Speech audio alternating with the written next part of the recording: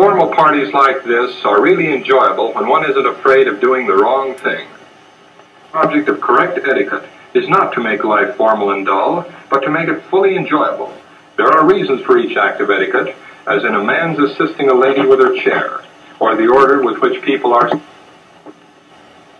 The young man who is trying to assist Betty with her chair is Bob. Uh-oh. There is no denying that Bob needs help.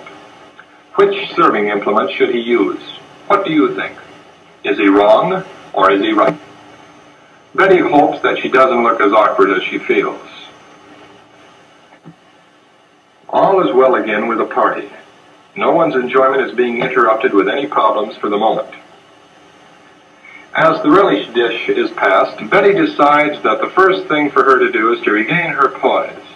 Just act as though no errors had been made. Bob is swinging from one extreme to another. 1 minute he is uneasy, the next overconfident.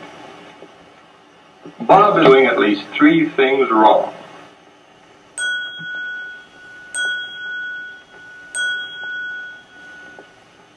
But naturally, the guests give no indication of having noticed any error on Bob's part, since that in itself would be impolite.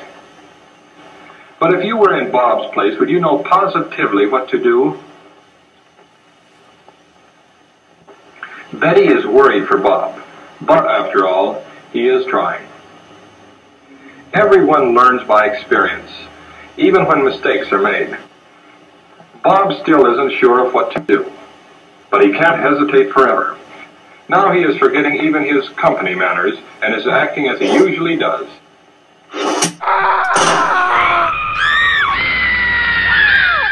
Here is the kind of fun that they all thought of when the party was planned, of having a good meal together and plainly enjoying one another's company. The errors that have been made haven't taken the fun out of the party, and we must remember to give them credit for all the things that have been done correctly. For every mistake made, a dozen things have been done correctly. Bob is feeling more confident of himself. He and Betty have a lot to learn. As we are seeing, people like Betty and Bob forget that poor manners can really interfere with the fun of the party. There is no fun in being worried, unsure, or ill at ease. Betty is thinking that perhaps she and Bob both need to be embarrassed a bit to make them admit that their manners aren't as good as they should be. Bob may be thinking the same thing, because he certainly looks as if he has decided to make a lot of changes. As you think of Betty and Bob and their problems, compare your own manners. Don't forget that it is by their manners that polite people the world around show their consideration for one another. A good meal, good company, real enjoyment, that's what a dinner party is for.